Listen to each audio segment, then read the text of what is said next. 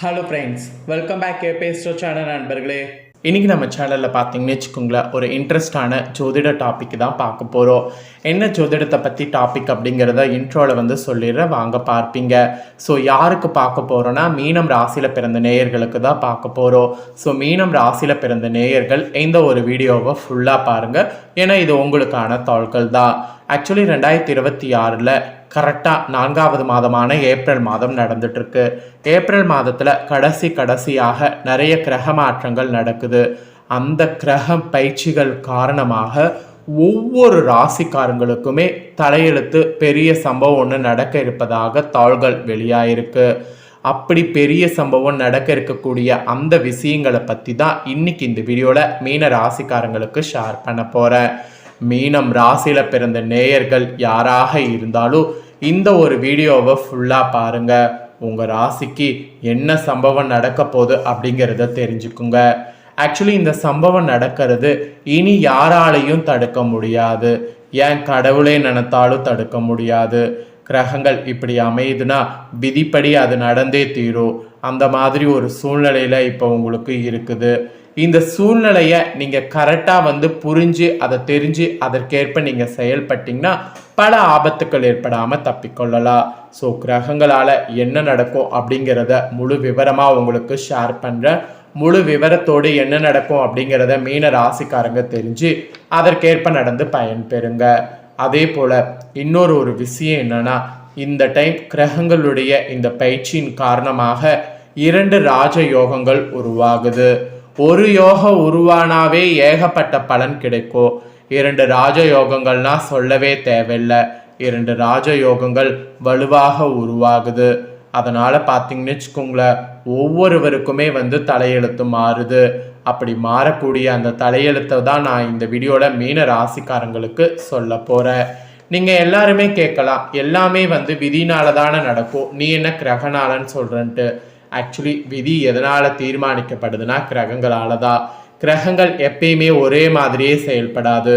ஒரு நாள் அதிர்ஷ்டம் தர மாதிரி இருக்கும், ஒரு நாள் ஆபத்து தர மாதிரி இருக்கும். அதிர்ஷ்டம் ஆபத்து இது ரெண்டுமே மாறி மாறி தான் இருக்கும். இது நமக்கு எப்படி அப்படிங்கிறத நம்ம கரெக்டாக தெரிஞ்சு அதற்கேற்ப நம்ம செயல்பட்டால் அந்த விதியை நம்ம கண்ட்ரோல்குள்ளே வைத்து கொள்ளலாம். அதனால தான் ஜோதிடர்கள் படித்து சொல்கிறாங்க, இப்போ கிரகங்கள் உங்களுக்கு எப்படி இருக்குங்கிறத பாருங்கள். சாதகமாக இருந்தால் முக்கியமான விஷயம் ஸ்டார்ட் பண்ணுங்கள், பாதகமாக இருந்தால் எதையும் பண்ணாதீங்க, அப்புறம் பின்னாடி நஷ்டமாகும் அப்படிங்கிறத அவங்க சொல்கிறாங்க. சரி, இப்போ கிரகங்களால் என்ன நடக்குங்கிறத வாங்க பார்க்கலாம். முதல்ல என்னென்ன கிரக பயிற்சி ஏற்பட்டு என்ன யோகங்கள் உருவாகுதுங்கிறத சொல்லிடுறேன். அதுக்கப்புறமேட்டு உங்களுக்கான பலன்கள் என்னங்கிறத டீப்பாக எக்ஸ்பிளைன் பண்ணுறேன். பொது பலனையும் எக்ஸ்பிளைன் பண்ணுறேன், அதோடு உங்களுக்கு டீப்பாகவும் பலன்களை எக்ஸ்பிளைன் பண்ணுறேன். சரி வாங்க பலன்களை உங்கள் ராசிக்கு பார்க்கலாம். 2026 ஏப்ரல் மாதம் கிரக பயிற்சியை ஆராய்ந்து பார்க்கும்போது ஜோதிடத்தின் பார்வையில் கிரகங்களால் உருவாகக்கூடிய யோகங்களால் சிலருக்கு சாதகமான காலம், பலருக்கு பாதகமான காலம். யாருக்கு சாதம் யாருக்கு பாதம் அப்படிங்கிறத அவங்கவுங்க ராசிகளுக்கு டீட்டெயிலாக தெரிஞ்சுக்கணும். அதன்படி மீன ராசிக்காரங்களுக்கு டீட்டெயிலாக இந்த வீடியோவில் சொல்ல போகிறேன். எதிர்வரக்கூடிய ஏப்ரல் 2026 முடிகிற வரைக்கும் சில சுவாரஸ்யமான கிரகநிலை மாற்றங்கள் சந்திக்க இருக்கிறோம்.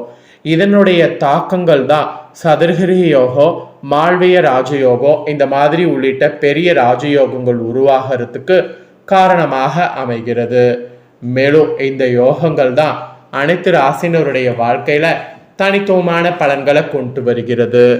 இந்த யோகங்கள் மட்டும் இல்லாம குறிப்பாக தனது சொந்த ராசியில சுக்கிரன் குடியேறாரு. இதனால 12 ராசிக்காரங்களுடைய வாழ்க்கையில நேர்மையான பலன்களை கொண்டு வர இருக்கிறாங்க கிரகங்கள். அதுலேயும் சுக்கிரன் கொண்டு வர இருக்கிறாரு. தொழிலில் வளர்ச்சி, குடும்ப வாழ்க்கையில மகிழ்ச்சி போன்றவற்றை கொண்டு வராரு சுக்கிரன் கொண்டு வர்றது, யோகம் உருவாகுது. இதெல்லாம் வைத்து தான் இந்த ஏப்ரல் 2026 மிகவும் மங்களகரமான மாற்றங்களை சந்திக்க இருக்கக்கூடிய மாதமாக இருக்கு என்பது குறிப்பிடப்படுது. அதுவும் இந்த ஏப்ரல் மாதத்துல இறுதி பகுதியில தான் சூரியன், செவ்வாய், புதன் மற்றும் சனி ஆகிய கிரகங்களுடைய சேர்க்கை வலுவாக மீன ராசியில நிகழ்கிறது. இதனிடையே சுக்கிரன் தனது சொந்த ராசியில குடியேறி மால்விய ராஜயோக உருவாக காரணமாக அமைகிறது. குறித்த இந்த 2 ராஜயோகங்களும் வேத ஜோதிடத்திலேயே செல்வாக்குமிக்க ராஜயோகங்களாக பார்க்கப்படுது.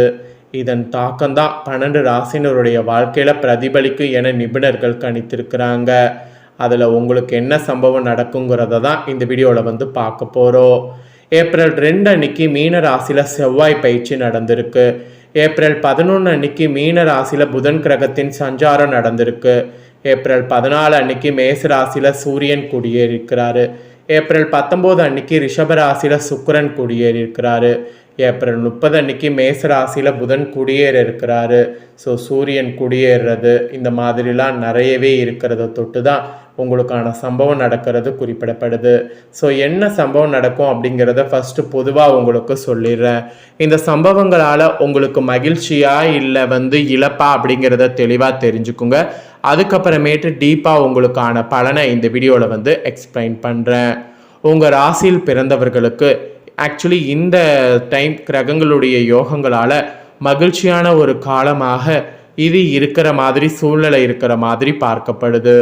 உங்கள் ராசி அதிபதியான குரு உங்களை கண்காணிக்கிற மாதிரி இருக்கிறதுனால சிறப்பான எதிர்காலத்தை நீங்கள் கொண்டு வர முடியும். இதில் ஒரு ஸ்பெஷல் என்னன்னா, வீட்டில் சுப நிகழ்ச்சிகள் முடிவாகும். திருமணம், நிச்சயதார்த்தம், இல்லை வீட்டுக்கு குடி போகிறது, இல்லை கார் வாங்கிறது, இந்த மாதிரி ஏதாவது சுப நிகழ்ச்சிகள் முடிவாகும். குறிப்பாக உடன் பிறந்தவர்களுடைய திருமண காரியங்களும் முடிவாகும். உங்களுக்கும் நடக்கலாம், உங்கள் வீட்டில் இருக்கிறவங்களுக்கும் நடக்கலாம். மொத்தத்தில் நீங்கள் மகிழ்ச்சியில் இருக்கிற மாதிரி ஒரு சுப நிகழ்ச்சிகள் முடிவாகிறதுக்கு சான்ஸ் அதிகமாக இருக்குது. ஸோ மகிழ்ச்சி அதிகமாக இருக்கிற மாதிரி சூழ்நிலை இருக்குது. பொருளாதார நிலை குறித்து பேசும்போது உங்கள் வருமானத்தை அதிகரிக்கக்கூடிய விஷயங்கள் நிறைய வருங்கிறதுனால அதை பயன்படுத்தி கவனம் செலுத்தினீங்கன்னா நல்ல வருமானத்தை பெற்றுக்கொள்ளலாம். போதுமான வருமானத்தை உருவாக்கி முன்னேறலாம். ஒன்றுக்கு மேற்பட்ட மூலங்கள்ல இருந்து வருமானத்தை கொண்டு வரக்கூடிய வாய்ப்பு உங்களுக்கு கிடைக்கும். ஸோ அந்த வாய்ப்பையும் மிஸ் பண்ணாமல் பயன்படுத்திக்குங்க. இதில் செல்வாக்கு மிக்கவர்களுடைய அறிமுகமும் கிடைக்கும். குடும்ப வாழ்க்கையிலையும் உங்களுடைய பர்டிகுலராக திருமண வாழ்க்கையிலும் மகிழ்ச்சியான தருணங்கள் கொண்டு வரக்கூடிய வாய்ப்பு கிடைக்கும். வாய்ப்பை பயன்படுத்தினீங்கன்னா கண்டிப்பாக மகிழ்ச்சிக்கு பஞ்சம் இருக்காது. உங்கள் அத்தியாவசிய தேவைகளை பூர்த்தி செய்யக்கூடிய வாய்ப்பு கூட உங்களுக்கு பண ரீதியாக நிறைய கிடைக்கும். குடும்ப உறவுகளுடைய தேவைகளை பூர்த்தி செய்யக்கூடிய வாய்ப்பு கிடைக்கும். ஆக மொத்தம் நிறைய பூர்த்தி செய்யக்கூடிய வாய்ப்பு கிடைக்கும். அதை எல்லாமே பயன்படுத்திக்கிட்டிங்கன்னா மகிழ்ச்சியாக நீங்கள் இருக்கலாம்.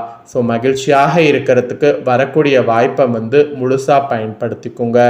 ஸோ முழுசாக பயன்படுத்திக்கிறது தான் நல்லது. அதுக்கப்புறம் பார்த்தீங்கன்னு வச்சுக்கோங்களேன், சனி செவ்வாய் சேர்க்கை. உங்கள் ராசிக்கு 2-9 அதிபதி செவ்வாயோ, லாபதிபதி மற்றும் விரையதிபதியான சனியும் ராசியில சேர்க்கை பெறுறாங்க. இந்த காலகட்டம் வாக்குல மட்டும் நிதானம் தேவை.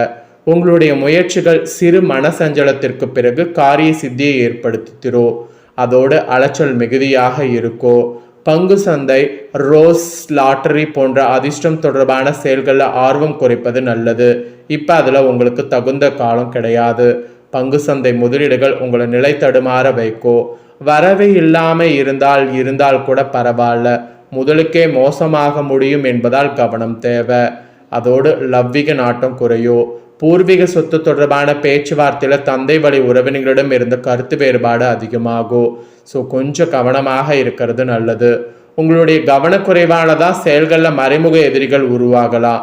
கவனக்குறைவு இல்லைன்னா ஒரு பிரச்சனையும் இல்லை. நம்பியவர்களே உங்களுக்கு எதிராக திரும்பக்கூடிய வாய்ப்பு இருப்பதால் கவனமாக இருக்க வேண்டும். பிறர் பிரச்சனைகளை உங்கள் தலையில் எடுத்து போட்டு அசட்டு தைரியத்தோடு செயல்படுவது கெட்ட பெயரை உண்டாக்கும். அதனால் ஒதுங்கி நிற்பது நல்லது. எந்த செயலையும் நினைத்தவுடன் அவசரமாக செய்யாமல் ஒரு முறைக்கு இருமுறை சிந்தித்து செயல்பட வேண்டும்.